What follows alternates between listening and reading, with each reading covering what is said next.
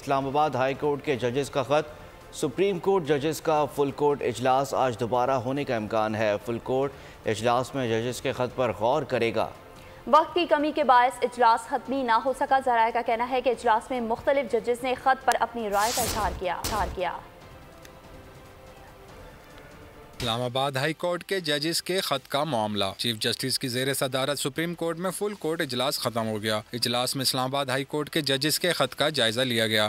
Full court इजलास में high court जजेस के खत पर तमाम जजेस ने राय का इजहार किया। इस्लामाबाद हाई कोर्ट के जजेस के खत और इसके बाद पैदा होने वाली सूरत हाल की आईनी व कानूनी हैसियत पर गौर किया गया। इस्लामाबाद हाई कोर्ट के 6 जजेस ने सुप्रीम जुडिशल काउंसिल को खत लिखा था, जिसमें इल्जाम लगाया गया कि अदालती अमूर में मदाखलत की जा रही है। खत में जजेस ने सुप्रीम जुडिशल काउंसिल से रहनुमाई मांगी है। पूछा गया कि जजेस के काम में मदाखलत पर किस तरह रिपोर्ट करें और रद्द अमल से मुतालिक जजेस की क्या ड्यूटी है।